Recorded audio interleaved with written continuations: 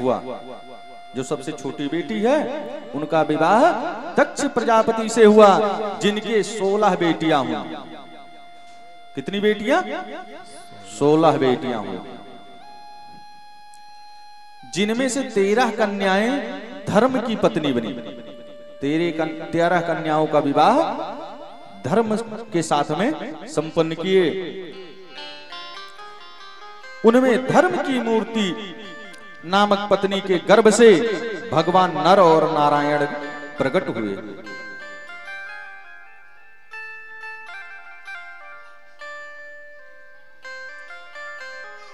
किस नाम? क्या नाम? मूर्ति नामक मूर्ति के गर्भ से नर और नारायण का प्रादुर्भाव हुआ। बोले के नारायण भगवान की जय, बोले नर नारायण भगवान जय हो।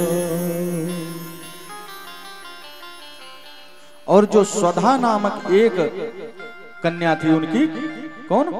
स्वधा नाम था उसका विवाह अग्निदेव के साथ में हुआ। स्वाहा स्वधा। इसीलिए देखिए ये सब बहुत गूढ़ बातें हैं, जब आप ध्यान पूर्वक सुनोगे तभी समझ में आएगा। मजा के चक्कर में तो समझ में आने वाला है ही नहीं ये कथा। हाँ, अगर सोचो कि मजा भी चाहिए, कथा भी समझ में आनी चाहिए, तो आने वाला नहीं है। एक ही चीज समझ में आएगी। स्वाहा नामक जो कन्या है उसका विवाह अग्निदेव के साथ में हुआ, और स्वधा नामक बेटी जो है वो पितरों को ब्याही गई। इसीलिए जब हम यज्ञ करते हैं तो उसमें क्या बोलते हैं? स्वाहा। और जब पितरों को पानी देते हैं तो उसमें क्या बोला जाता है? स्वधा। उसमें स्वाहा नहीं बोला जाएगा, जब पितरों में केवल बोला जाएगा स्वधा। और एक बेटी भगवान शंकर को ब्याही गई। पता है कि कौन है? जिसका नाम सती है।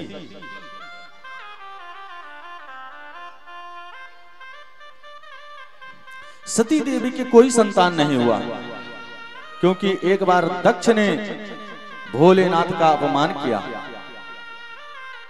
दक्ष ने भोलेनाथ का अपमान किया, जिसे सती सहन नहीं कर सकी, और माता सती ने अपना शरीर ही यज्ञ में त्याग दिया था। सती ने ही अपना पूरा शरीर यज्ञ में त्याग दिया था। अब विदुर जी यहाँ पे प्रश्न कर रहे हैं मैत्रेय जी से कि भगवान शिव से भला दक्ष से क्या बैर हो सकता है, क्योंकि भगवान शिव तो दक्ष प्रजापति के दामाद हैं, तो ससुर दामाद में कैसा द्वेष हो सकता है?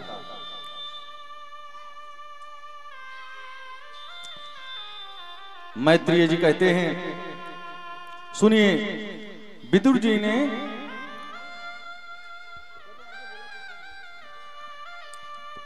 विदुर जी एक बार पितामह ब्रह्मा ने समस्त देव परिकर के बीच में अपने प्रिय पुत्र दक्ष को प्रजापति घोषित कर दिया।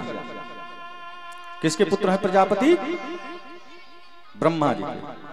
ब्रह्मा जी ने दक्ष प्रजापति को, दक्ष को, पहले प्रजापति नहीं थे, पहले केवल दक्ष थे, उसके बाद में ब्रह्मा जी इनको प्रजापति बना दिए।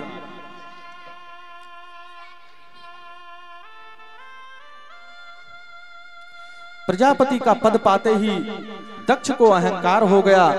एक दिन ब्रह्मा जी एक सभा बुलाई, उस सभा में सभी लोग आए। उस सभा में दक्ष प्रजापति प्रवेश किए तो सभी सभासदों ने खड़े होकर उनका स्वागत किया।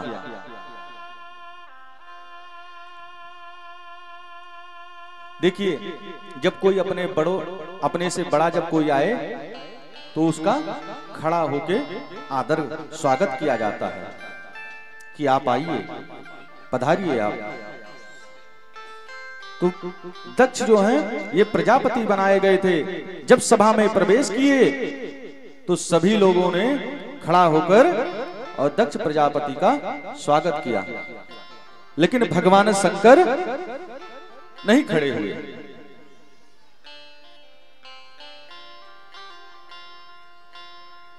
इससे दक्ष प्रजापति बहुत नाराज हुए कि इन्होंने मेरा अपमान किया, और दक्ष जी शंकर जी को श्राप दे दिए कि तुम्हें कहीं यज्ञ में भाग नहीं मिलेगा।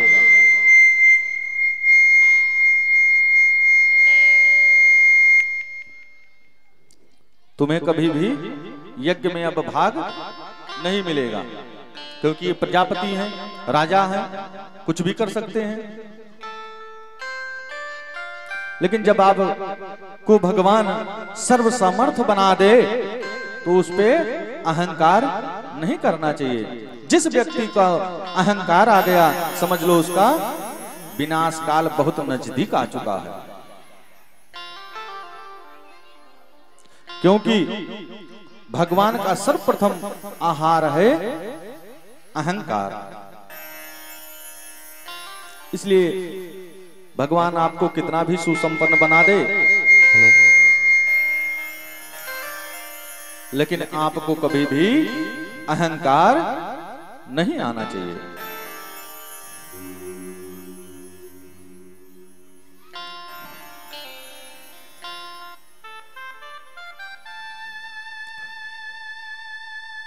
देखिए शिव जी और सती का चरित्र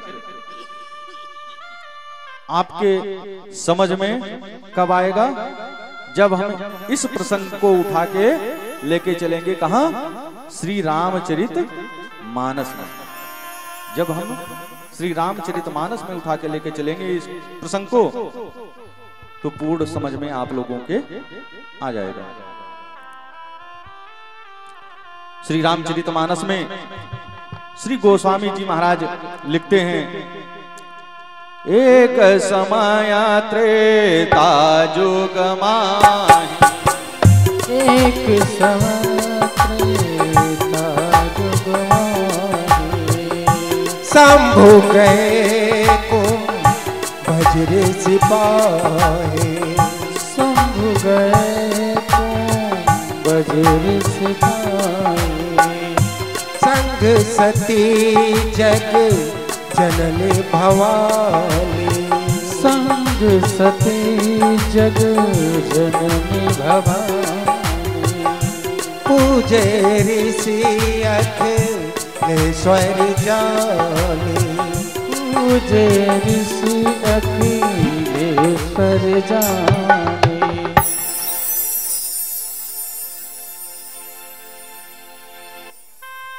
गोस्वामी तुलसीदास जी महाराज कह रहे हैं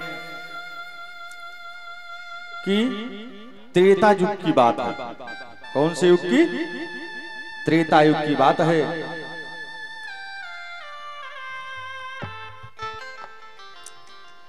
सती जी और शिव जी भगवान की कथा सुनने के लिए कहां पे गए? कुंभज ऋषि के पास। और जब कुंभज ऋषि के पास भगवान भोलेनाथ और सती पहुंचे तो कुंभज ऋषि उठ के उनका स्वागत किए, उनका चरण स्पर्श किए।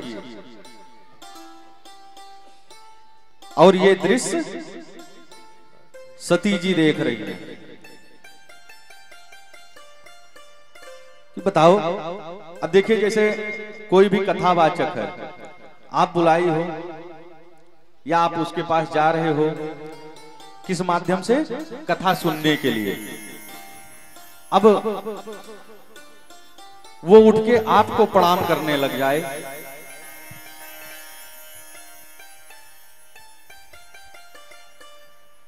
तो कैसा लगेगा? क्योंकि आप तो उनसे कथा सुनने के लिए गए हो। कथा जिससे सुना जाता है वो सर्वश्रेष्ठ होता है। आज भोलेनाथ गए हैं तो भोलेनाथ को ही प्रणाम कर रहे हैं। ये दृश्य सती जी देख रही हैं और मन में सोच रही हैं कि कैसा ये कथावाचक है जो अपना यजमान का ही पैर छू रहा है।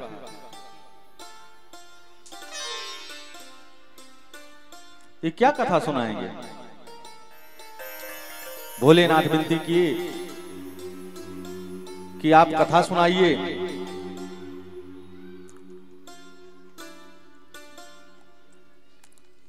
कुंभज ऋषि कथा तो सुना रहे हैं, भोलेनाथ ध्यान मग्न होकर कथा को श्रवण कर रहे हैं, लेकिन सती जी का मन कथा के मध्य में नहीं है। उनका मन इधर उधर विचरण कर रहा है। कथा पूर्ण हुई और वापस आने लगे। जब वापस आने लगे तो भगवान के मन में एक प्रश्न उठा कि क्यों ना ये अवसर है भगवान का दर्शन करने का, क्यों ना हम अपने आराध्य का दर्शन कर लें, क्यों ना हम अपने आराध्य का दर्शन कर लें।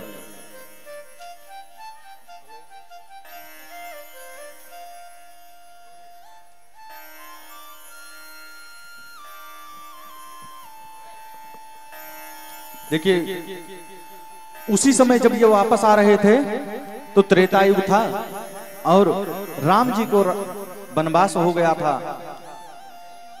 वनवास हुआ और रावण ने सीता का हरण करके ले जा चुका था।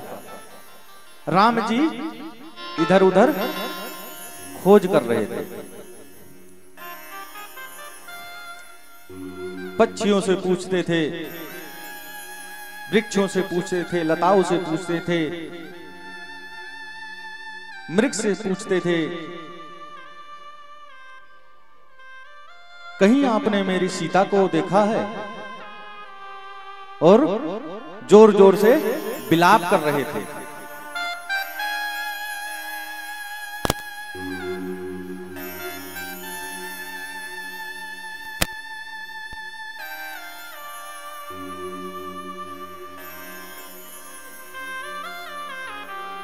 शिव जी उधर से गुजरे। शिव जी ने देखा राम जी को दंडवत प्रणाम किया कि मेरा सौभाग्य हुआ जो आज मेरे आराध्य का मुझे दर्शन प्राप्त हो गया।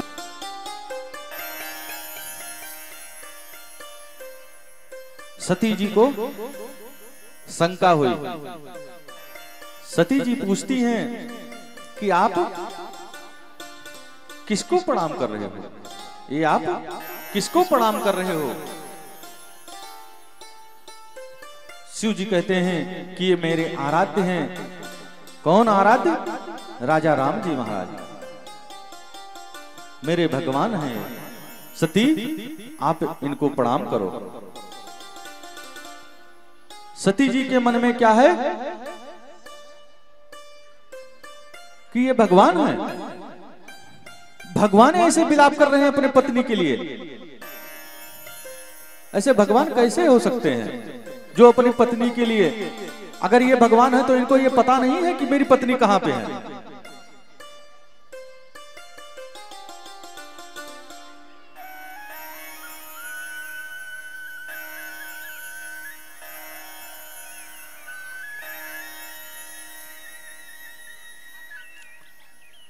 आज जब शिव जी देखे कि सती के मन में प्रश्न उठ रहा है तो सती जी से कहते हैं कि आप जाके परीक्षा ले लो। जिस प्रकार से आपको संतुष्टि मिल जाए आप जाके राम जी की परीक्षा ले लो। सती जी भी सोची हाँ ये बड़ा अच्छा उपाय है, मैं क्यों ना परीक्षा लूं। और गई तो किसका रूप बनाई? सीता जी का रूप बनाई। और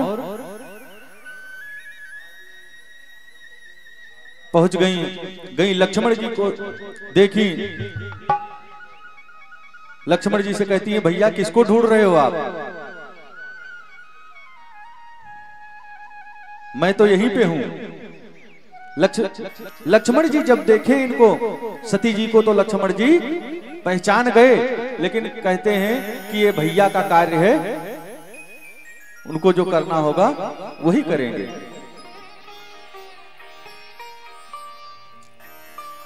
गई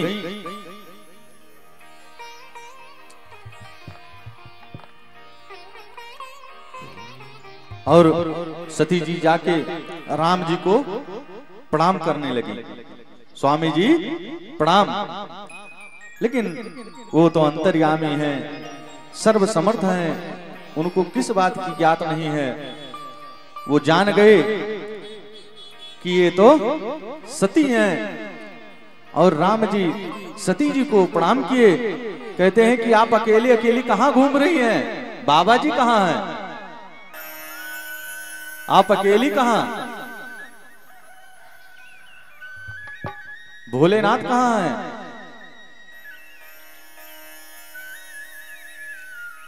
सती जी को आज बहुत लज्जा आई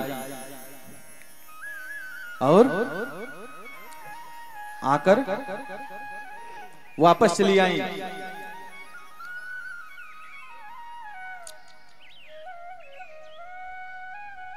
तो भोले बाबा देखे कि चेहरा इनका सती जी का मलिन है।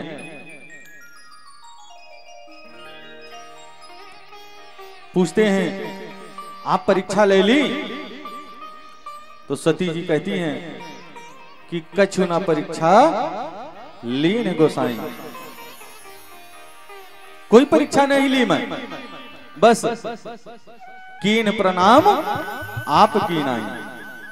कछु न परीक्षा लीन गोसाई, कीन प्रणाम तुम्हारी वनाई।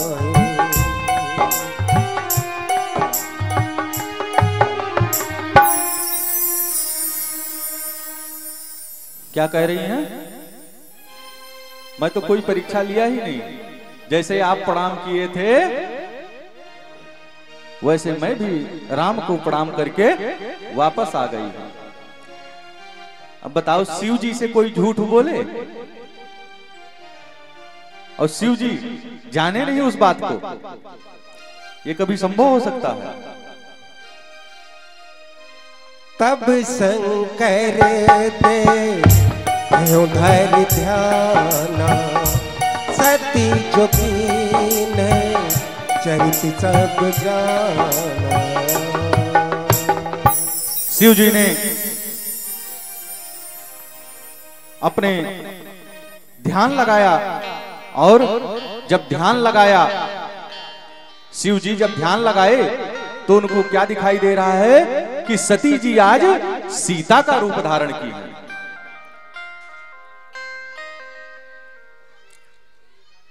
उसी समय शिव जी ने संकल्प कर लिया। शिव संकल्प कीन मन माही, शिव संकल्प कीन मन माही। यही तन सती भेट मोहिना।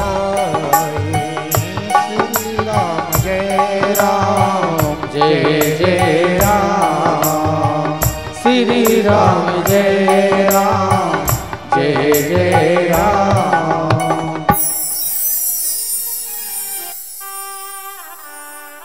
क्या चीज? शिव जी ने उसी समय संकल्प कर लिया। किस बात का संकल्प? कि इस तन से, इस शरीर से तो अब शरीर का भेंट नहीं हो सकता। क्यों? क्योंकि इसी शरीर से माता सीता का रूप धारण की है। और माता सीता कौन है? आराध्य है, मेरी माता है। भोलेनाथ क्या सोच रहे हैं? वो तो मेरी माता है। और जब इस शरीर से सीता जी का रूप धारण की तो ये क्या हो गई? मेरी माता। इस शरीर से अब मेरा संबंध नहीं हो सकता है।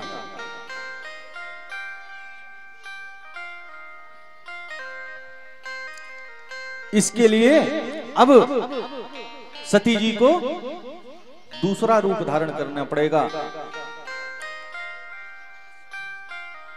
शिव जी और सती साथ में कैलाश पर्वत पहुंचे और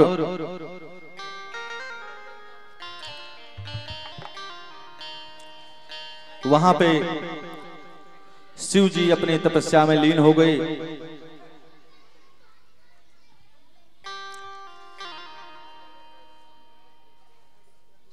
समाधि लगा लिए, भगवान के नाम का नाम जप करने लगे। और कैसी समाधि लगाए? आखंड समाधि, जो कई हजार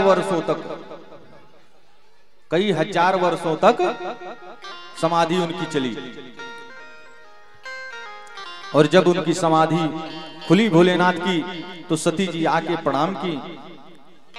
तो आज भोलेनाथ पत्नी का कहां स्थान होता है? पति के बगल में बैठती है। लेकिन आज भोलेनाथ ने सती जी को सामने बैठा रहे हैं, सन्मुख आसन दे रहे हैं आज। तो सती जी भी जगत जननी है, जगदम्बा है, अम्बा है, उनको भी हर बात का ज्ञात है।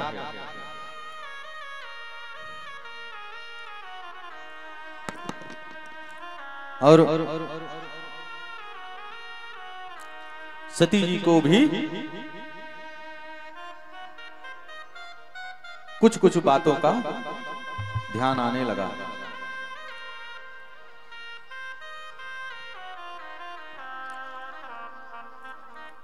आइए, आप लोग भी बोर हो रहे होंगे कथा सुनते सुनते।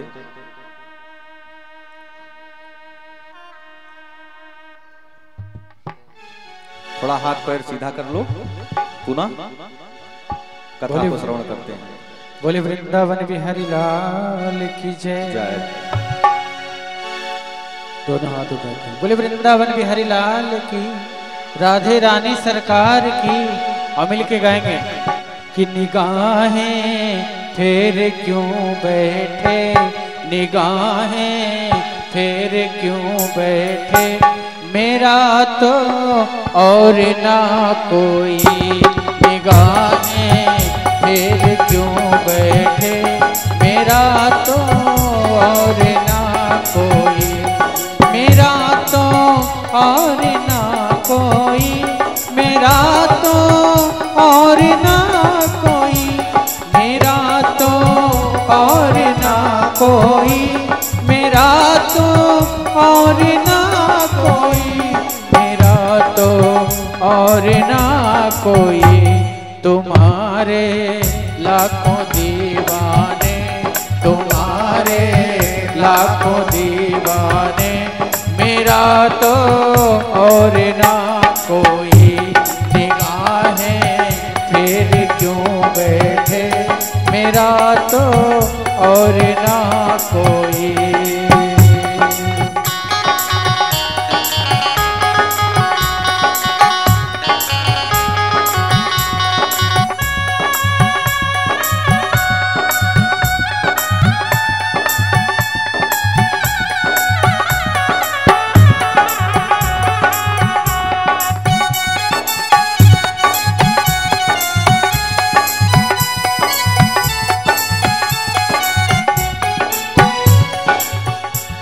तुम्हारे ही भरोसे तो मेरी ये जिंदगानी है, तुम्हारे ही भरोसे तो मेरी ये जिंदगानी है, बस तुमसे, तुम्ही को ही निभानी है। मेरी तो प्रीत बस तुमसे, तुम्ही को ही निभानी है, तुम्ही को ही निभानी है। कहूँ दिल की बता किससे, कहूँ दिल की बता किससे, मेरा तो और ना कोई निगाहें फिर क्यों बैठे, मेरा तो और ना कोई।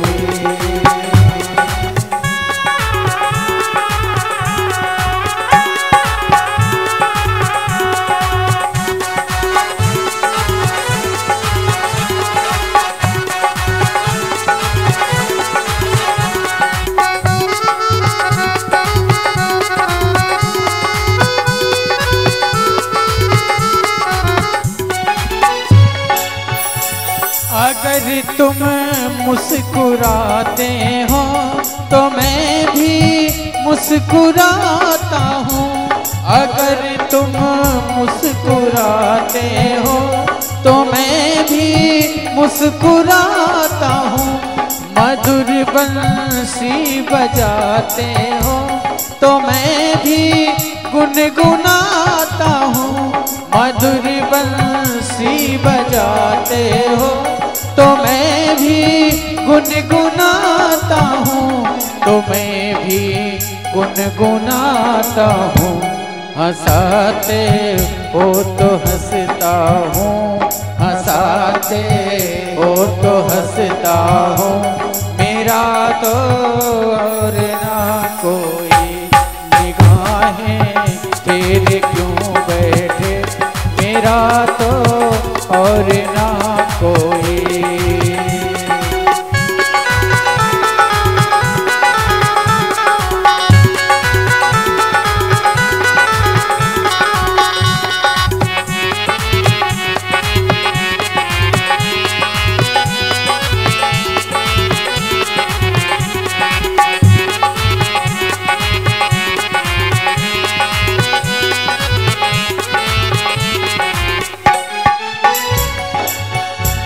मैं रह भी पाऊंगा कैसे, हुए जो दूर तुम मुझसे, मैं रह भी पाऊंगा कैसे, हुए जो दूर तुम मुझसे।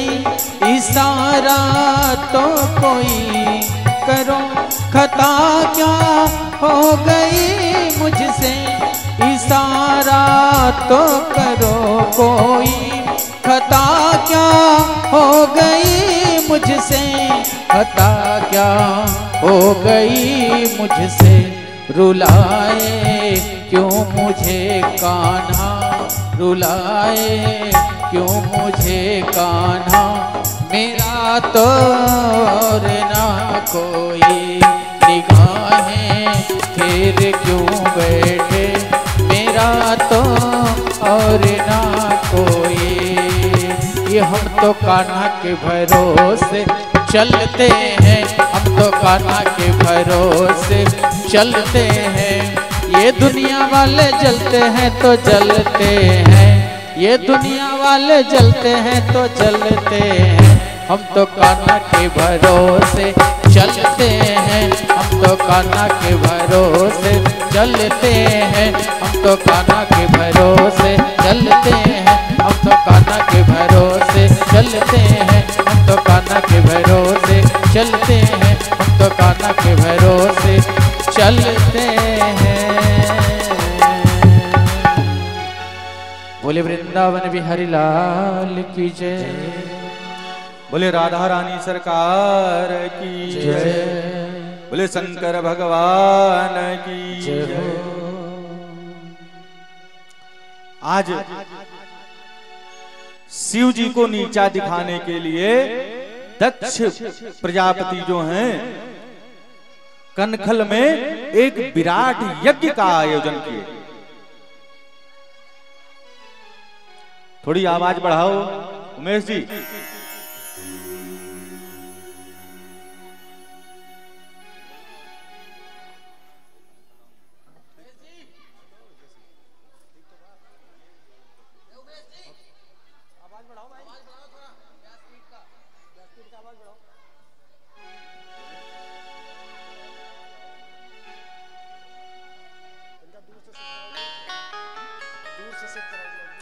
आज बहुत बड़े विराट यज्ञ का आयोजन किए हैं। कौन? दक्ष प्रजापति कनखल में, और सभी देवताओं को निमंत्रण दिए। दक्ष प्रजापति सभी के यहां कार्ड भेजे, सभी देवताओं के यहां, लेकिन शंकर जी को निमंत्रण नहीं दिए।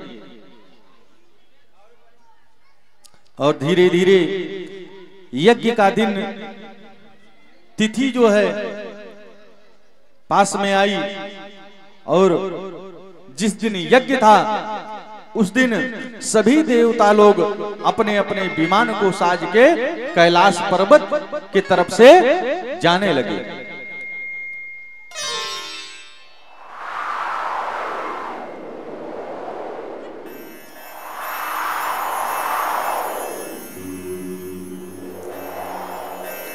अब आज सती जी देखती हैं कि इतना विमान उड़ रहा है, इतना तो पहले कभी नहीं उड़ा।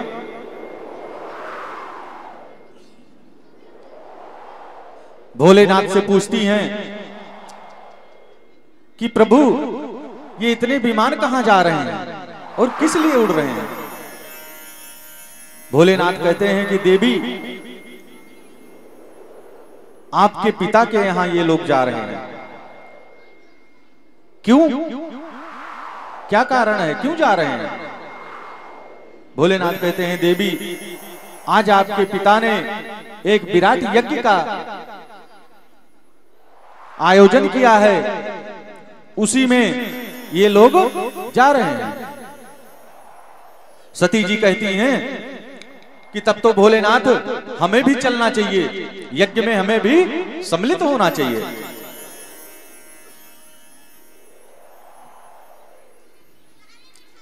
भोलेनाथ कहते हैं कि सभी देवताओं को दक्ष प्रजापति ने निमंत्रण दिया है, निमंत्रण दिया है, लेकिन दक्ष प्रजापति ने हमें निमंत्रण नहीं दिया है, इसलिए हमें उस स्थान पे नहीं जाना चाहिए। चाहे वो मायका क्यों ना हो, यदि मायका से निमंत्रण नहीं आता है हमारे यहां, तो हमें अपने मायका को भी त्याग देना चाहिए। बगैर निमंत्रण के मायका भी नहीं जाना चाहिए अपने।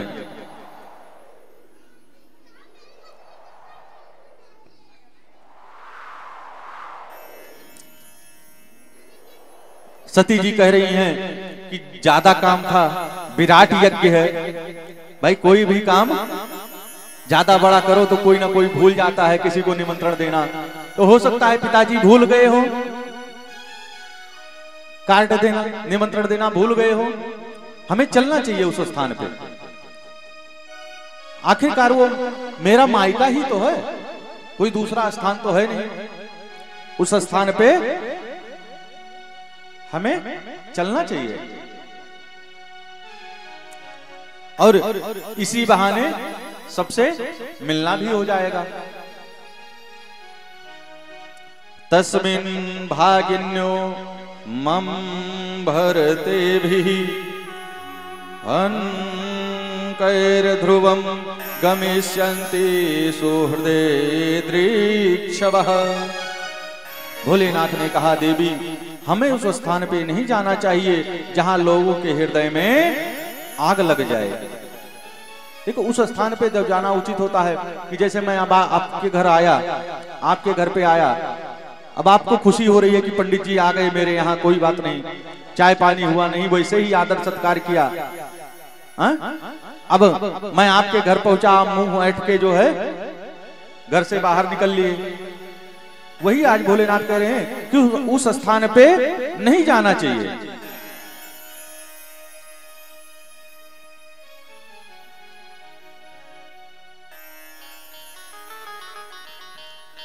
जहां पे हमारे प्रति लोगों को ईर्षा हो, वो घर हमें त्याग कर देना चाहिए।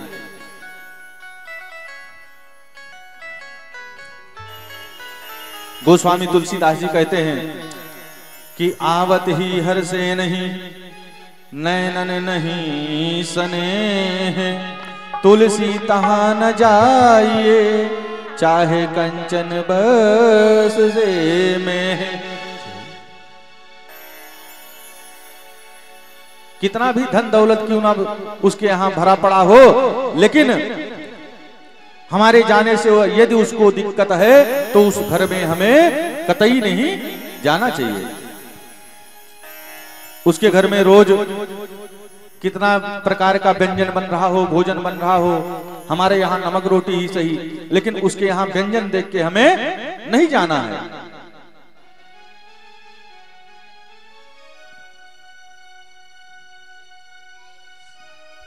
भोलेनाथ को आज ब्रह्मा जी के सभा का प्रसंग सती जी को सुनाया। भोलेनाथ ने जो घटना घटित हुआ था वो सती जी को सुना रहे हैं कि देवी, मैं तो अपमान बस उनका अपमान नहीं करना चाहता था, मैं तो अपने प्रभु के ध्यान में इतना मग्न था कि वो कब आए मुझे पता ही नहीं चला, मैं नहीं खड़ा हो पाया। मेरा मन उनका अपमान करने का नहीं था।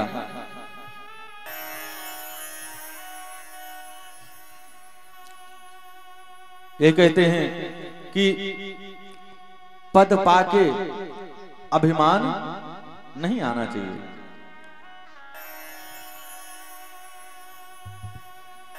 और यहां तो कितने लोग हैं कि जो थोड़ा सा पोस्ट मिल गया तो मद से घूम रहे हैं, मद से भरे पड़े हैं कि अब तो मेरे से बड़ा कोई है ही नहीं है, मेरे से अच्छा कोई नहीं है। लेकिन कितना भी धन हो जाए आपके यहाँ, कितना भी आप ऊंचे पोस्ट पे पहुंच जाइए, लेकिन आपके अंदर एक चीज का ध्यान रखो कि कभी भी मद नहीं उत्पन्न होना चाहिए। एक बार बोले वृंदावन बिहारी लाल की जय।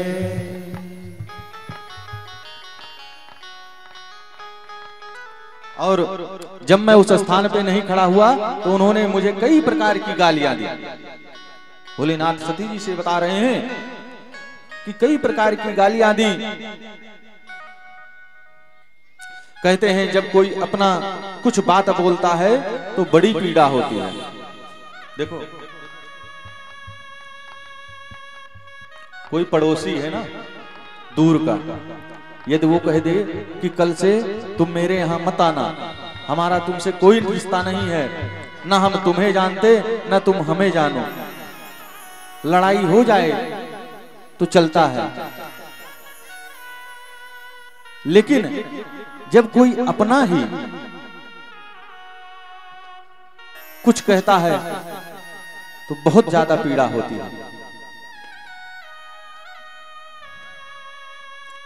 पड़ोसी से कितना भी लड़ाई हो जाए उतनी पीड़ा हृदय में नहीं होती है, लेकिन जब कोई अपना अशब्द कहता है तो मन में बड़ी गलानी होती है, बहुत पीड़ा होती है कि बताओ ये अपने हैं ऐसे कह दिए। वो आदमी सोचता रहता है, दूसरे की बात इतना नहीं सोचता है, कोई गैर कह दे, लेकिन अपना जब कोई कहता है तो उस बात को आदमी सोचता रह जाता है। बताओ हम तो कभी कुछ कहे नहीं, ये ऐसे आज कह दी।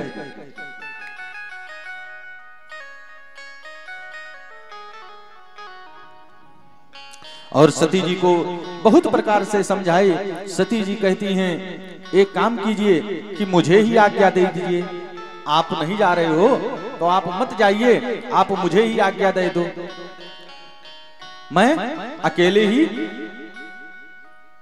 चली जाती हूं। आज भोलेनाथ समझ गए कि होनी को कौन टाल सकता है, जो होना है वो होके ही रहेगा।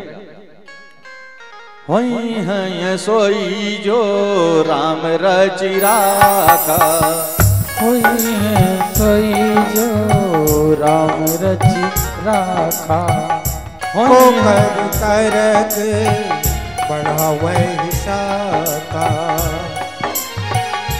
को कर तरक बढ़ावे हिसाका। भोलेनाथ कहते हैं कि देवी जो आपको अच्छा लगे सो आप करिए। आपको जो उचित लग रहा हो वही कार्य आप करिए। भोलेनाथ आंख बंद करके बैठ गए। सती जी बोली, महाराज तो मैं जा रही हूं। सती जी प्रणाम करके चली गईं। जब सती जी यज्ञ स्थल पर पहुंची,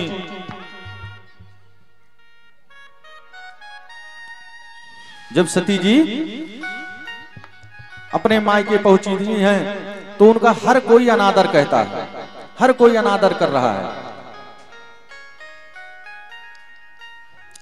अच्छा देखिए, जब कोई भी बेटी अपने मायके आती है तो हर कोई उसका अनादर करे, उसे कभी पीड़ा नहीं होती है। लेकिन जब उसका स्वयं का माता और पिता उसका अनादर करते हैं तो उस बहुत तक पीड़ा होती है।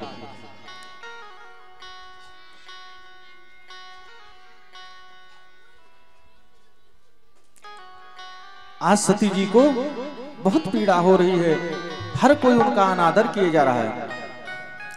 लेकिन मायके में एक ही ऐसा रिश्ता है कि जो अपने बेटी को तुरंत हृदय से लगा लेती है। वो कौन है? मां। हर कोई त्याग सकता है, हर कोई अनादर कर सकता है, लेकिन मायके जाने में बेटी को तुरंत मां अपने गले से लगा लेती है।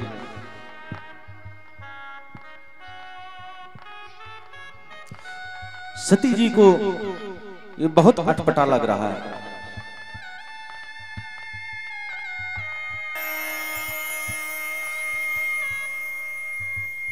देखिए, बेटियां अपने मायके में इतना प्यार दुलार, इतना लाड करती हैं। देखिए, जब कोई पिता अगर बेटी का उतना माता से लगाव नहीं होता जितना पिता से होता है, और पिता का भी उतना पुत्र से नहीं लगाव होता जितना अपने पुत्री से लगाव होता है।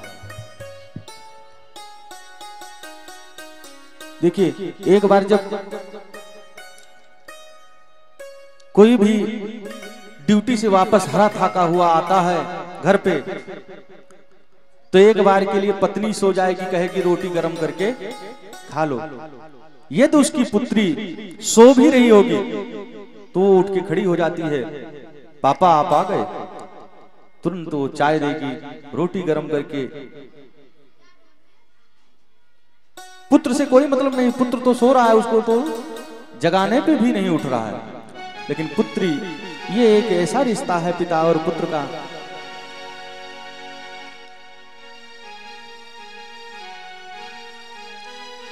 बोले वृंदावन बिहारी लाल की जय। आइए, जब एक पुत्री और पिता का प्रसंग आया है तो सुंदर सा, बड़ा सुंदर, सबने सुना होगा इस गीत को कि सुबह सवेरे घर से निकल जाते हैं, कि सुबह सवेरे घर से निकल जाते हैं, मेरे पापा दाना पानी लाते हैं, हो मेरे पापा दाना पानी लाते हैं। मिलके सभी लोग आएंगे मीठी मीठी ताली के साथ। सात समंदर पार से गुड़ियों के बाजार से, सात समंदर पार से गुड़ियों के बाजार से, अच्छी सी गुड़िया लाना, गुड़िया चाहे ना लाना, पापा जल्दी आ जाना, पापा जल्दी आ जाना, पापा जल्दी आ जाना, पापा मेरे पापा, पापा मेरे पापा। मिलके अपने पापा के लिए, मेरे पापा, पापा मेरे पापा। अच्छा, कौन कौन अपने पापा से प्यार करते हैं? वो दोनों हाथ उठा के बताएंगे जो अपने मम्मी पापा से प्यार करते हैं। अभी माता के लिए भी बताऊंगा, माता के लिए मैं 2 लाइन जरूर गाऊंगा इसमें। कि पिता रोटी है, पिता कपड़ा है, पिता मकान है, पिता नन्ही सी परिंदे का बड़ा आसमान है, पिता है तो घर में हर एक साज है, पिता से माँ की बिंदी है, चूड़ी है, सुहाग है, पिता है तो सारे सपने अपने हैं, पिता है तो बाजार के सारे खिलौने अपने हैं। बोलो सच्चे दरबार की। कब जागते कब सोते हैं पता नहीं, कब जागते कब सोते हैं पता नहीं, किस वक्त कहाँ होते हैं पापा पता नहीं, किस वक्त कहाँ होते हैं पापा पता नहीं। अच्छा सही बात है ना, ये सुबह आप सोए रहते हो, पापा जल्दी से ड्यूटी चले जाते हैं।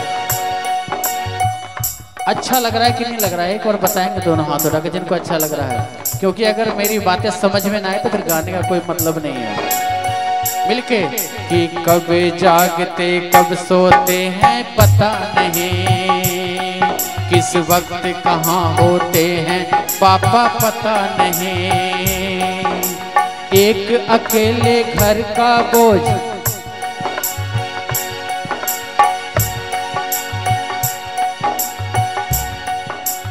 एक अकेले घर का बोझ उठाते हैं, मेरे पापा दाना पानी लाते हैं, ओ मेरे पापा दाना पानी लाते हैं, सात समंदर पार से गुड़ियों के बाजार से अच्छी सी गुड़िया लाना, गुड़िया चाहे ना लाना, पापा जल्दी आ जाना, पापा जल्दी आ जाना, पापा मेरे पापा, पापा मेरे पापा। खुद बीमार होते हैं अपनी नहीं करते, खुद बीमार हो अपनी चिंता नहीं करते,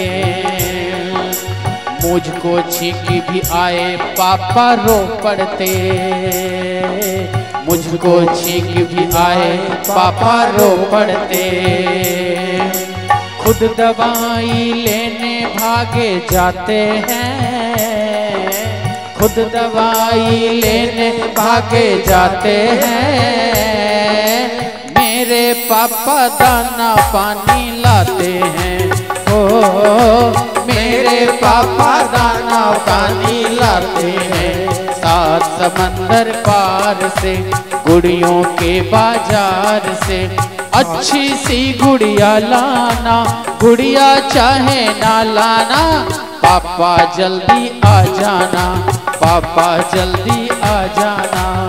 और आगे क्या कि कर्जा लेकर नई स्कूटी ले आए, कर्जा लेकर नई स्कूटी ले आए, मेरे हाथ में चाबी देकर मुस्काए, मेरे हाथ में चाबी देकर मुस्काए, कि अपनी टूटी साइकिल पे इतराते हैं, अपनी टूटी साइकिल पे इतराते हैं, मेरे पापा दाना पानी लाते हैं, ओ मेरे पापा दाना पानी लाते हैं, मुझको कहते खूब पढ़ो विद्वान बनो। पापा क्या कहते हैं अपने बच्चों से कि मुझको कहते खूब पढ़ो विद्वान बनो, पढ़ लिख कर तुम एक नेक इंसान बनो, पढ़ लिख कर तुम एक नेक इंसान बनो, अपने दुख दर्दों को सबसे छुपाते हैं, हाँ अपने दुख दर्दों को सबसे छुपाते हैं, मेरे पापा दाना पानी लाते हैं, हो मेरे पापा दाना पानी लाते हैं। और आगे क्या सबके पापा सुखी रहे खुशहाल रहे। कौन कौन चाहता है सबके पापा खुशी रहे खुशहाल रहे? एक बार दोनों हाथ उठाकर अपने पापा के लिए जयकारा लगाना। बोलो सच्चे दरबार की, अपने अपने माता पिता की, कि सबके पापा सुखी रहे खुशहाल रहे। चंचल बन के बच्चों की वो ढाल रहे, चंचल बन के बच्चों की वो ढाल रहे। हर संकट से पापा हमें बचाते हैं, हर संकट से पापा हमें बचाते हैं। मेरे पापा दाना पानी लाते हैं, ओ मेरे पापा दाना पानी लाते हैं। ओ ओ ओ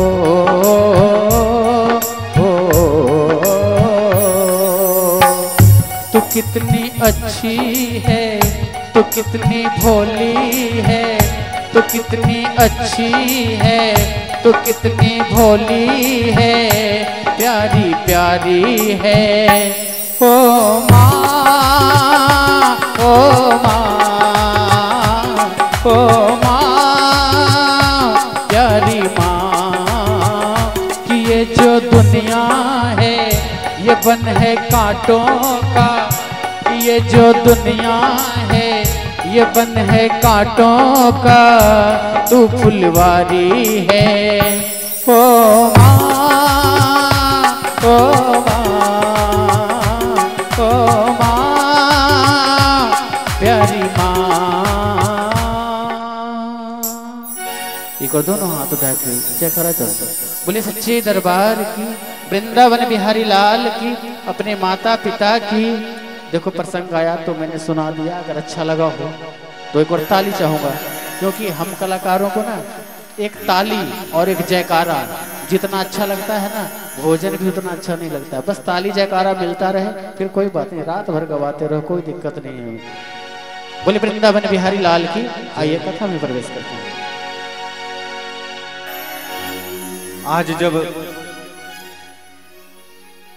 आज उन्हीं बेटियों को जब गर्भ में ही मार दिया जाता है।